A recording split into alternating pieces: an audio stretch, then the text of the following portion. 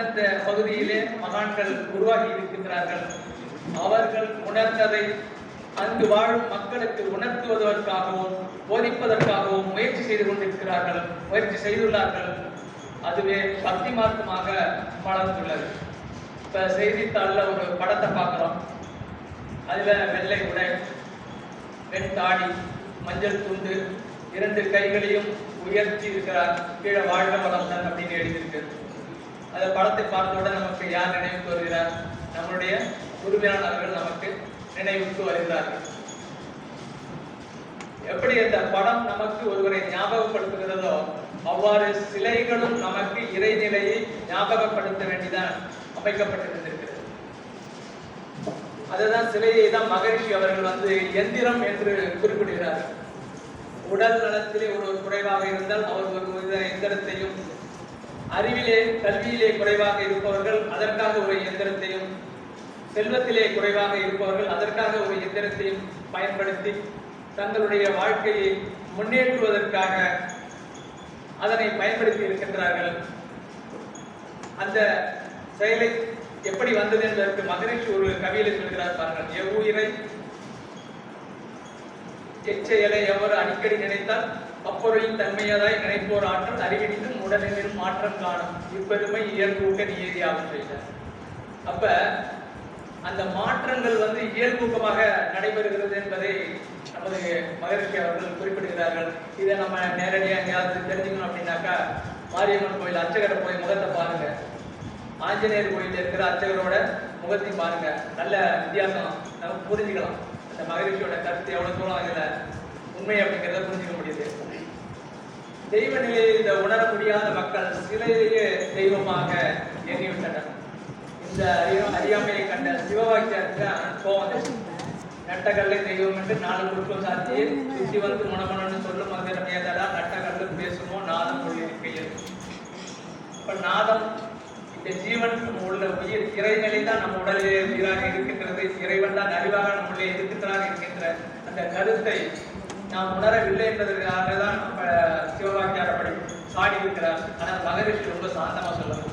அவர் சொல்றாங்க, கடவுளை வணங்கும் போது கருத்தினை உற்றுப்பார், கடவுளே கருத்தாய் நிற்கும் காட்சியை காண்பாய் அங்கே. இதுக்கு ஒரு கதை ஒன்று, கதை ஒன்று. ஒரு புத்த மத துறவி ஒருத்தர் தன்னுடைய மதத்தை பரப்புவதற்காக ஊர் ஊரா போறார். அப்படி போகும்போது ஒரு இடத்துல இரவு நேரத்தில் தங்குறார், ஒரு மடாலயத்துல தங்குறார். நல்ல குளிர் நேரம், அவர்கிட்ட போர்வை இல்லை, கம்பளி இல்லை. அந்த மடாலயத்தை தூங்கும்போது இரவு நேரத்துல குளிர் அதிகமாக போச்சு, தாங்கிக் கொள்ள முடியாத அளவுக்கு. நம்ம வட இந்தியாவில் பார்த்தோம்னா எல்லாரும் கேம்ப் ஃபயர் இருக்காங்க, இல்லை கொடைக்கானல்லையே ஊட்டியில பார்த்தீங்கன்னா கேம்ப் ஃபயர் இருப்பாங்க, நடுப்புற நெருப்பு கொளுத்தி விட்டு சுற்றி உட்காந்துருப்பாங்க. அந்த குளிர் தாங்க முடியாதவர்கள் இருக்கும்போது அந்த துறவி பார்க்குறாரு, அங்கே ஒரு மரத்தால் ஆன புத்தர் சிலை இருக்கு. அகல் விளக்கு எடுத்து அந்த புத்தர் சிலையை கொளுத்தி விட்டார். கொளுத்தி விட்டு குளிர் காய்ந்தார்.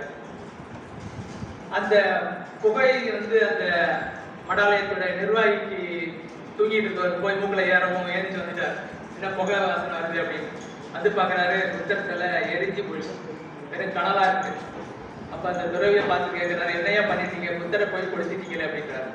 உடனே அவர் பண்றாரு, ஒரு குச்சி எடுத்து அந்த தணலை கிண்டி பார்க்குறாரு. அந்த மடாதிபதி அந்த மடத்தினுடைய நிர்வாகி கேட்கிறாரு, இந்த துறவியை பார்த்து, ஏற்கனவே அவர் கோவத்தில் இருக்கிறாரு, இப்ப அந்த கிண்ணி பார்க்கணும்னு கோவம் வந்துருச்சு, என்னையா பண்றீங்கன்னு கேட்கிறாரு. அப்ப சொல்றாரு, புத்தரோட எலும்பு இருக்கான்னு நான் பார்த்துட்டு கேட்கிறேன். அப்ப எப்படி இருக்கும் அந்த நிர்வாகிக்கு? கோவம் அதிகமாகி போய் இந்த துறவியை பிடிச்சி வெளியில தள்ளிட்டார்.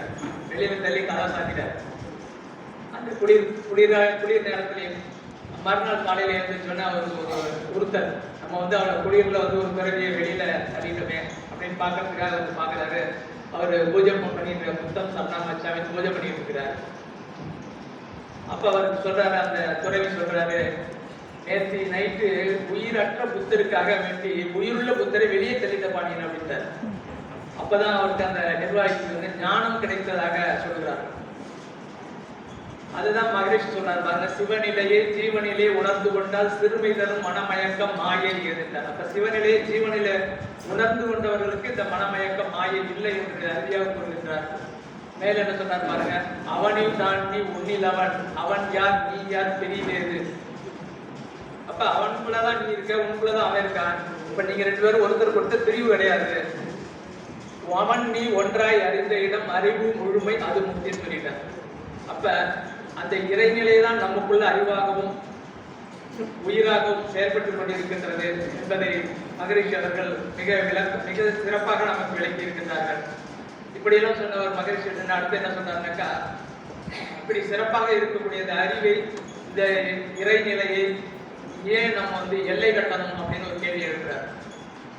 இறைநிலையை அறிவாக இருக்கும் போது இவ்வறிவை சிலை வடிவத்து எல்லை கட்டி குறைபோக்க பொருள் புகழ் செல்வாக்கு வேண்டி கும்பிட்டு பலன் கண்ட வரையில் போதும். என்ன சொன்னார் பாருங்க, இது இறை சிலை வடிவில் எல்லை கட்டி வச்சிருக்காங்க. அப்படி வச்சுட்டு குறை போக்குவதற்காகவும் பொருள் வேண்டியும் புகழ் வேண்டியும் செல்வாக்கு வேண்டியும் நாம் அதுகிட்ட கும்பிட்டு பலன் கண்ட வரையில் போதும். நிறை நிலைக்கு அறிந்து உண்மைகான நேர்வழியாம் அகத்தவத்தை குருவால் பெற்று முறையாக பயின்று உண்ணில் இறையை தேர முனைந்திருவீர். காலம் வீணாக்க வேண்டாம். இப்பயாவது இனிமேலாவது நீங்க காலத்தை வீணாக்காதீங்க, உண்மையான இறைநிலையை உணர்ந்து கொள்ளுங்கள் அப்படின்னு சொல்லி சொல்றாரு. ஆன்மீக துறையில நாம் முன்னேறிக்கிட்டே இருக்க வேண்டும் சொல்லிருக்காங்க. அவர் கவி பண்ணிட்டாங்க, ஆன்மீக துறையிலே முன்னேறும் அளவுக்கு அமைதியும் இன்பமும் உண்டாகும் மனிதனுக்கு மேன்மை என்று அரசியல் பொருள் துறையில் மட்டும் மேலோரும் அளவுக்கு அமைதிகளும் அல்லலே. இப்ப உலகம் அமைதி வரணும் அப்படின்னாக்கா ஆன்மீக துறையில நமக்கு முன்னேற்றம் வேண்டும் என்று குறிப்பிடுகிறார். அதனாலதான் உலகில் உள்ள பொறுப்புடைய தலைவரெல்லாம் உயிரறிவை உள்ளுணர்வாய் பெறுதல் வேண்டும் அப்படின்னு சொல்லி சொல்றாரு. அப்பதான் நமக்கு என்ன கிடைக்குது, உலகெங்கும் மனிதர்களும் அமைதியும் ஒரு வற்றாத நன்னீதி பெற்று உய்ய வேண்டும் என்கின்ற எண்ணம் நிறைவேறும்.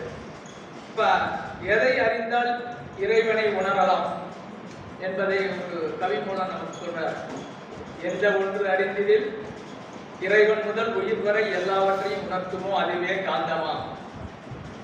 அப்ப இந்த விஷயம் முன்னோர்களுக்கு தெரியுமா, மகரிஷிக்கு முன்னாடி உள்ள மகான்களுக்கு எல்லாம் தெரியுமான நிச்சயம் தெரிஞ்சிருக்கு.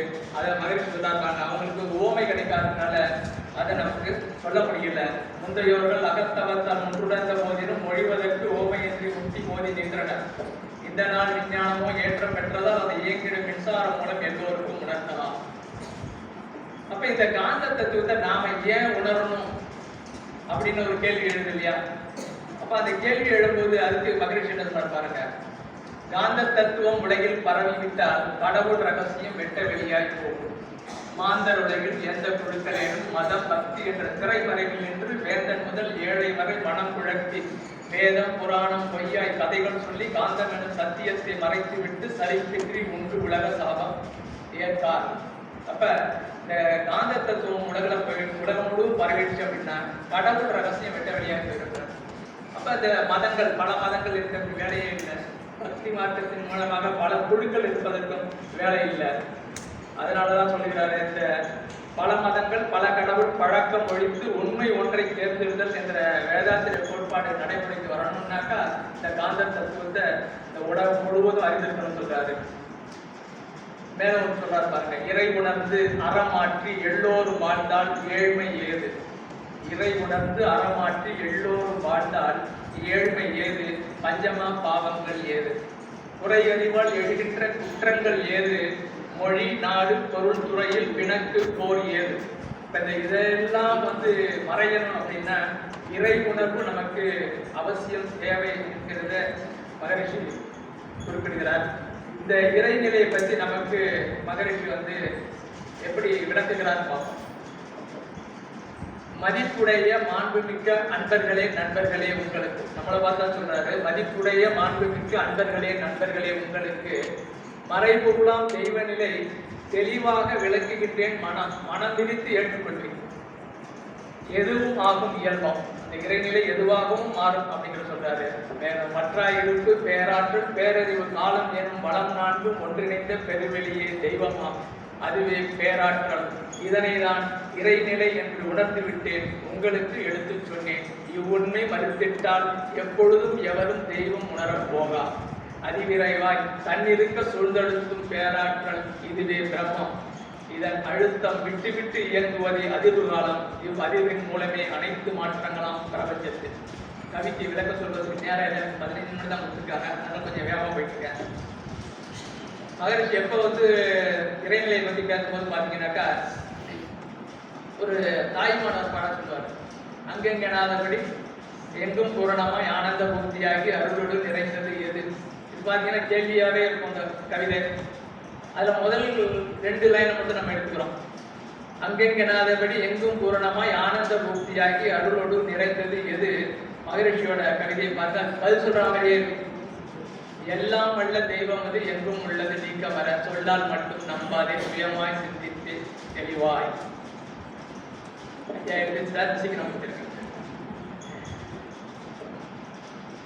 அப்ப இன்னொரு கேள்வி கேட்டாங்க. அகிலாண்ட கோடியெல்லாம் தங்கும்படிக்கு இச்சை வைத்து உயிருக்கு உயிராய் தலைத்தது எது.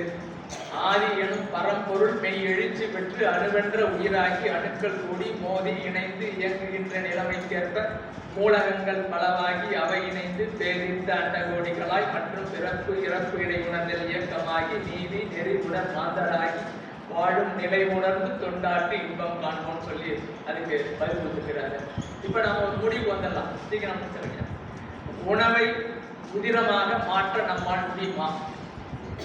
நமது உடலில் அன்றாடம் அந்த மாற்றத்தை செய்வது யார்? நமக்குள் இயங்கக்கூடிய அந்த அறிவுதானே. ஆரஞ்சு பழத்தில் உள்ள சுளைகளை அழகாக அடுக்கியது யார்? அதுவும் அந்த செடியில் இயங்குகின்ற அறிவுதானே. உரத்தையும் மண்ணையும் உட்கொண்டு அதை ரோஜா பூவாக மாற்றுவது யார்? ரோஜா செடியில் இயங்கும் அறிவுதானே. காயின் புளிப்பை கனியின் இனிப்பாக மாற்றுவது யார்? அந்த மரத்தில் இயங்கும் அறிவுதானே. இப்ப எந்த ஒன்றை மனிதன் செய்ய முடியாதோ, மனிதன் செய்ய முடியாத அந்த ஒன்றை எது அன்றாடம் செய்து கொண்டிருக்கின்றதோ அந்த பேரறிவு பேராற்றலே தெய்வம். அப்ப இதை எப்படி இருக்கும், எப்படி உணரணும்னு ஒரு கவிதை ஒன்று பண்ணிக்கார் பாருங்க. இருளாக மௌனமாக இச்சையின்றி தேவையின்றி இயக்கமின்றி இருப்பதுவே ஈசநிலை. இதை உணர இருள் நிலைக்கு மனமடங்கி ஈசனோடு ஒன்றாகி இணைந்த பின்னே உணர்வதுதான் மெய்ப்பொருள் உணர்வாம். மன அலைச்சூழல் குறைந்தாலும் நம்மளோட மெய்ப்பொருள் உணர்வு நமக்கு கிட்டும் என்று குறிப்பிடுகிறார்கள். அதனாலே இந்த மகரிஷி காட்டிய வழியிலே மனவளக்கலை முறையாக பயிற்சி செய்து அவருடைய எதிர்பார்ப்பை நாம் நிறைவேற்ற முயற்சி செய்வோம். இந்த மெய்யியல் துறையிலே இந்த கருத்தரங்கு நடைபெறுவது மிக பொருத்தமாக உள்ளது. மேலும் கருத்தரங்கு சிறப்பாக நடைபெறும் பொருட்டு நல்ல சிவத்தையும் அவரது அணு கூட்டணியையும் நமக்காக இறைநிலையை ஏற்பாடு செய்தது போல் உள்ளது. இந்த நல்ல சிவ கூட்டணிக்கு எங்களது நன்றியை உரித்தாக்குகின்றோம். மையமெல்லாம் வாழட்டும், வாழ்க்கை நலம் காத்தினிதாய் வளரட்டும் மெய்யறிவு வாழ்க்கை இன்பம் துய்த்தனிலே உய்ய மெய்ப்பொருள் நாட்டம் உலகெங்கும் மக்களிடம் ஓங்குக மேல் ஓங்குக. நம் உள்ளமெல்லாம் ஒன்றுபடுகின்ற மகரிஷியினுடைய கவிப்பாடி நிறைவு செய்கிறேன். வாழ்க வளர்க்க.